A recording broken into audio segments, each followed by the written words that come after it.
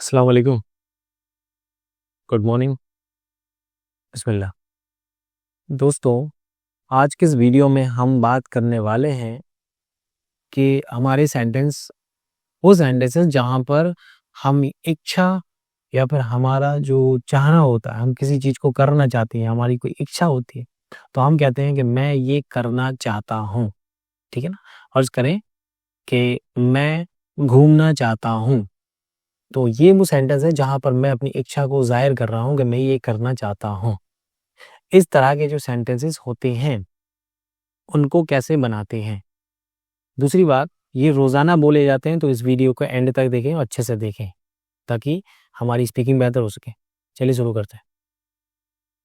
दोस्तों, जो सेंटेंस है, तुम जाना चाहते हो, तुम जाना चाहते हो, ठीक है ना? इसको हम सिंपल तरीके से समझने वाले हैं। तो तुम जाना चाहते हो, इसको बनाने के लिए सबसे पहले हम क्या करते हैं?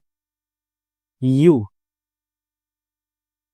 want to go, you want to go, ये तो हो गया इसका सेंटेंस। अब इसको समझते हैं, इसको बनाते कैसे।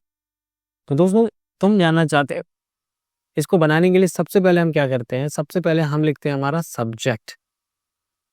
हमारा सब्जेक्ट है तुम, यानी कि यू। अंग्रेजी में जब हम उसको ट्रांसलेट करेंगे तो हम इस स्ट्रक्चर को फॉलो करेंगे। तुम यानी कि यू, सबसे पहले आता है सब्जेक्ट, तुम। उसके बाद हम लगाते हैं want to, want to, ये हमेशा साथ में ही रहता। तो सबसे पहले हम लगाते हैं सब्जेक्ट, फिर हम लगाते हैं want to, ठीक है ना? उसके बाद हमारी जो दूसरी क्रिया है go, जाना, वहां हम लिखते हैं। तो तुम जाना चाहते हो, तुम जाना चाहते हो, you want to, और जाना, जाना की फर्स्ट फॉर्म होती है go, ठीक है ना? सबसे पहले सब्जेक्ट और फिर want to, यानी इतना इतना तो सेंटेंस में लगेगा ही, ये तो यूज होगा ही हर हाल में। सब्जेक्ट के साथ want to, you want to, और फिर हमारी क्रिया है जाना, कि तुम जाना चाहते हो, you want to go, ठीक है ना? हमारा दूसरा सेंटेंस है दोस्तों, मैं खाना खाना चाहता हूँ, ठीक है ना? मैं खाना खाना चाहता हूँ, यानी कि मैं भोजन खाना चाहता हूँ, ठीक है ना? तो मैं खाना खाना चाहता हूँ, तो सबसे पहले आएगा हमारा क्या? सब्जेक्ट, ठीक है ना? सबसे पहले आता है हमारा सब्जेक्ट, उसके साथ लगाते हैं want to, subject plus want to। I want to, I यानी कि मैं, want to चाहता हूँ, मैं चाहता हूँ खाना। खाना की फर्स्ट फॉर्म होती है दोस्तों अंग्रेजी में eat, eat, I want to eat, और food हमारा object, I want to eat food, मैं खाना खाना चाहता हूँ, ठीक है ना? I want to eat food, subject, want to, क्रिया की फर्स्ट फॉर्म, ऑब्जेक्ट, ठीक है ना?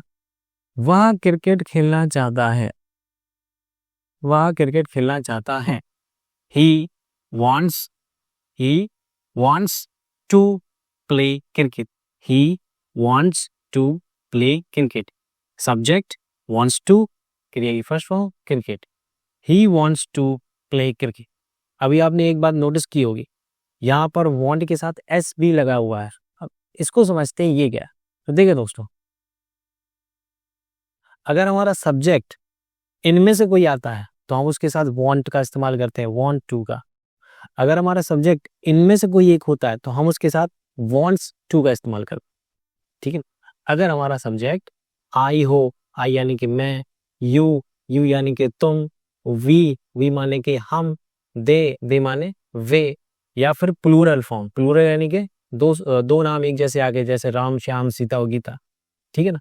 तो अगर हमारे सब्जेक्ट ये होते हैं तो हम उनके साथ want to का इस्तेमाल करते हैं। लेकिन अगर हमारा सब्जेक्ट ये हुआ ही माने वह, लड़का के लिए, शी माने वह, लड़की के लिए, इट माने ये, एक वचन, किसी चीज के लिए, दिस और दैट, ये और वो, ये सारे एक वचन है। तो अगर हमारा सब्जेक्ट ये होता है तो हम want के साथ s का इस्तेमाल करते हैं, ये आपको याद रखना है, ठीक है ना? wants to, want to, wants to। वापस आते हैं हमारे सेंटेंस पे। हमारा सेंटेंस था वह क्रिकेट खेलना चाहता, तो यहाँ पर जो सब्जेक्ट है वह ही, एक वचन है, यानी कि इनके हिसाब से अगर देखा जाए तो यहाँ पे ही के साथ wants to का इस्तेमाल होता है, लिहाजा हमने यहाँ पर भी he wants to इस्तेमाल किया। ठीक है ना? आई होप आप you are getting my point. तो he wants to play cricket, वह क्रिकेट खेलना चाहता है। ठीक है ना? और हमारा आखिरी सेंटेंस है दोस्तों, गीता किताब पढ़ना चाहती है। सबसे पहले आता है हमारा subject Geeta, wants to, want में एस लगा हुआ है, क्यों? क्योंकि गीता एक वचन है और एक वचन के साथ वॉन्ट्स टू का इस्तेमाल होता है। ठीक है ना? तो गीता वॉन्ट्स टू क्रिया रीड बुक एंड किताब। Geeta wants to read book. ठीक है ना? तो उम्मीद है आपको ये वीडियो अच्छा लगा होगा। वीडियो के एंड में मैं आपको एक शीट शेयर करूंगा जहां पर आप उसका स्क्रीनशॉट लेकर आप उसको बार-बार पढ़ें, आप उसको समझने की कोशिश करें, आप उसकी प्रैक्टिस अच्छी करें ताकि आपकी अंग्रेज़ी जो है वो बहुत ज़्यादा फ्लुएंट हो जाए, ताकि नेक्स्ट टाइम आप किसी के साथ अंग्रेज़ी में बात कर सकें। ठीक है ना? तो अगर वीडियो अच्छा लगा है तो चैनल को लाइक करें, शेयर करें, सब्सक्राइब करें और बेल आइकन पे भी ज़रूर प्रेस करें, और मिलते हैं अगले वीडियो में एक नई इन्फॉर्मेशन के साथ। तब तक के लिए थैंक यू।